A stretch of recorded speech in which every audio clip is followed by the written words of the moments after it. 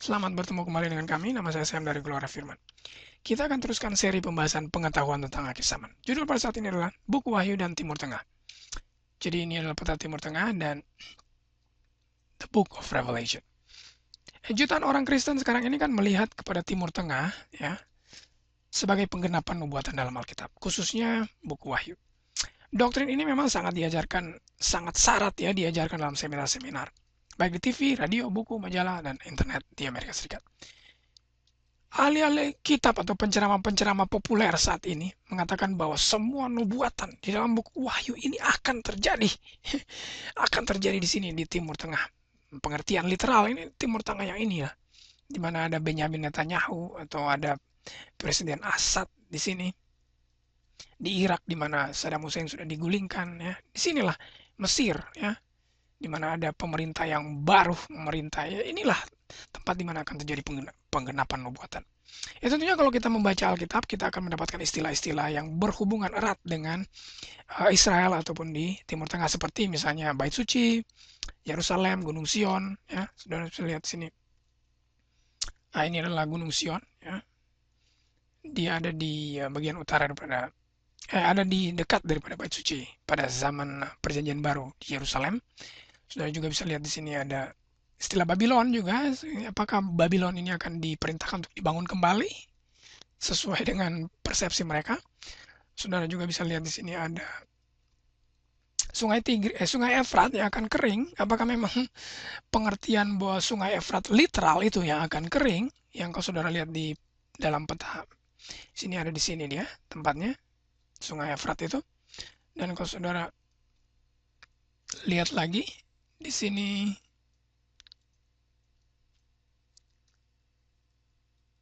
ada bait suci. Apakah memang bait suci duniawi ini yang akan diperintahkan untuk dibangun kembali? Apakah akan mengacu kepada bait suci duniawi atau sorgawi?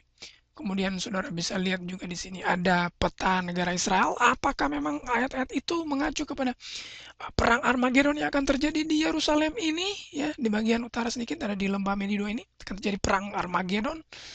Dan apakah kota atau negara Israel ini merupakan tempat di mana penggenapan nubuatan itu akan terjadi? Apalagi di kota Yerusalem, bila mana ada ayat-ayat yang mengatakan Yerusalem, apakah di sinilah tempatnya? Ya inilah pandangan-pandangan yang ada pada saat ini. Jadi apakah itu benar? Apakah yang dikatakan sebetulnya oleh buku Wahyu? Jadi sebelum kita masuk pada pembahasan, kita harus letakkan dulu dasar daripada nubuatan dalam buku Wahyu ini. Tentunya dasar dari nubuatan dalam buku Wahyu ini adalah Tuhan Yesus sendiri ya. Saudara bisa baca dalam 1 Korintus 3 ayat 11 ya. Apa yang Paulus katakan? Paulus katakan tidak ada seorang pun yang dapat meletakkan dasar selain apa? Yesus Kristus. Saudara juga bisa baca di dalam Wahyu 1 ayat 20. Wahyu 1 ayat 20 apa yang dikatakan oleh Yohanes? Yohanes katakan ini adalah wahyu Yesus Kristus, yang bukan wahyunya Yohanes.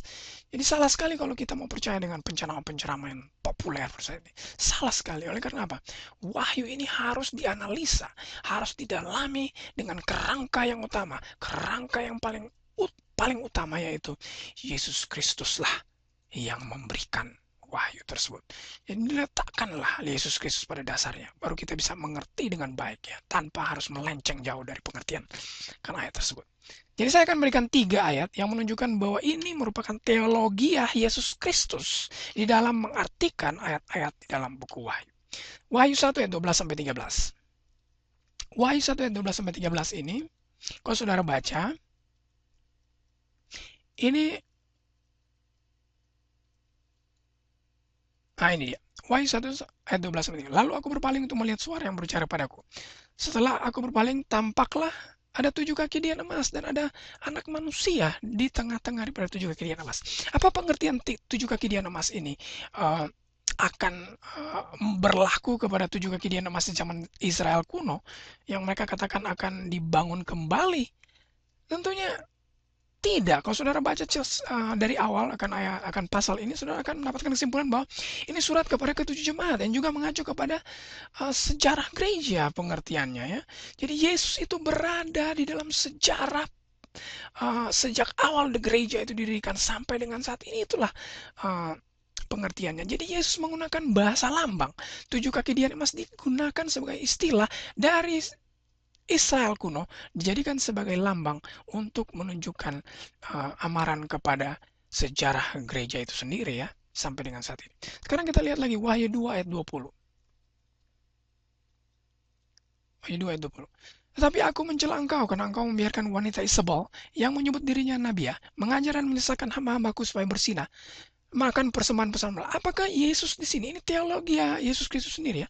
Apakah Isabel di sini adalah Isabel yang literal, Isabel yang merupakan istri dari Raja Ahab ya. Kalau saudara baca sejarah daripada Isabel itu ada di sini ya. Saudara bisa buka World Encyclopedia. Saudara bisa lihat dia adalah raja dari Ahab, hidup pada abad ke-9 sebelum ya Masehi ya. Dan dia merupakan the most wicked woman in the Bible. Yesus tentunya tidak mengacu kepada wanita ini. Yesus mengambil wanita ini sebagai apa? Sebagai lambang daripada apa? Penyesatan dan penipuan. Itulah teologi daripada Kristus. Bahasa lambang, kiasan saja. Bukan berarti bahwa Isabel yang sebenarnya ya. Bukan berarti literal ya. 7 kaki itu bukan berarti 7 kaki yang sebenarnya.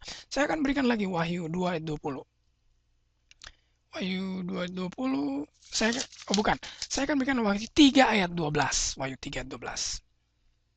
Barang siapa menang, ia akan kujadikan soko guru dalam bait suci Allahku.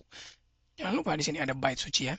Dan ia tidak akan keluar dari situ. Padanya akan kutuliskan nama Allahku, nama kota Allahku, yaitu Yerusalem yang turun dari surga dari Allahku, namaku yang baru. Sudah lihat bait suci ini. Apakah pengertian bait suci merupakan pengertian bait suci Israel kuno?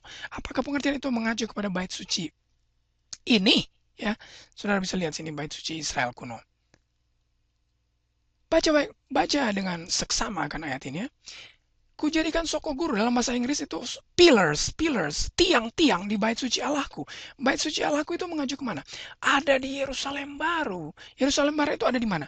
Turun dari sorga, artinya apa? Dia berada di sorga. Ini merupakan kiasan bahwa mereka yang menang melawan pencobaan, mereka yang mengalahkan kejahatan ya, mereka itu akan dijadikan sebagai tiang-tiang di mana? Di bait suci sorgawi, pahala bagi orang-orang Israel rohani dan bukan orang-orang Israel badani. Itu Israel badani, itu Israel lahir sudah ditolak sebagai umat Allah ya. Dan sekarang mengacu pada Israel rohani dan mereka akan dijadikan sebagai soko guru di bait suci Allahku. Itu 3 ayat saja yang saya berikan kepada saudara. Bisa melihat teologi Kristus. Teologi Yesus Kristus itu menggunakan bahasa atau istilah-istilah di dalam Israel kuno, di zaman bangsa Israel dulu, atau pada lokasi geografi di Timur Tengah diangkat sebagai lambang untuk menunjukkan message atau pekabaran pada saat itu. Merupakan teologi Kristus yang paling utama dan bukan berarti literal, bukan berarti bahwa bila mana dituliskan Yerusalem maka akan terjadi perang di Yerusalem, maka akan terjadi Armageddon di dekat kota Yerusalem. Tidak sama sekali. Perang antara Israel melawan Arab atau kekacauan-kekacauan yang terjadi di Timur Tengah membuat orang-orang pada saat ini berpikir bahwa apa? Disitulah penggenapan nubuatan. Disitulah semua istilah-istilah yang menyangkut Timur Tengah, menyangkut Israel, itu akan terjadi. Sebetulnya tidak. Sekali lagi kita simpulkan bahwa Yesus tidak menggunakan gambaran-gambaran perjanjian lama dan Timur Tengah untuk diaplikasikan secara literal. Gambaran-gambaran ini yang berkaitan erat dengan Israel rohani. Karena Israel literal ini sudah ditolak. Ya. Dan tidak mengacu pada negara Israel ataupun Timur Tengah ya secara literal yang ada pada saat ini. Soalnya kalau kita baca akan ayat-ayat dalam buku Wahyu, tidak satupun ayat yang memiliki keterangan yang kuat ya, yang menerapkan istilah bait suci ya pada bait suci Israel secara literal ya. Kalau saudara baca di Wahyu 8 ayat 3 sampai 5, Wahyu 11 ayat 19, Wahyu 15 ayat 5, Wahyu 16 ayat 1, Wahyu 16 ayat 17. Itu semua mengacu kepada bait suci surgawi. Jelas sekali dalam ayat itu dikatakan bait suci surgawi dan bukan mengacu kepada bait suci Israel kuno. Tidak, melainkan mengacu pada bait suci surgawi. Jadi buku Wahyu sebetulnya kalau kita simak dengan baik-baik, kalau kita pelajari dengan bantuan Roh Kudus, itu merupakan buku yang menunjuk, yang terarah kepada satu oknum saja, yaitu Yesus Kristus. Dia adalah pusat nubuatan dalam buku Wahyu.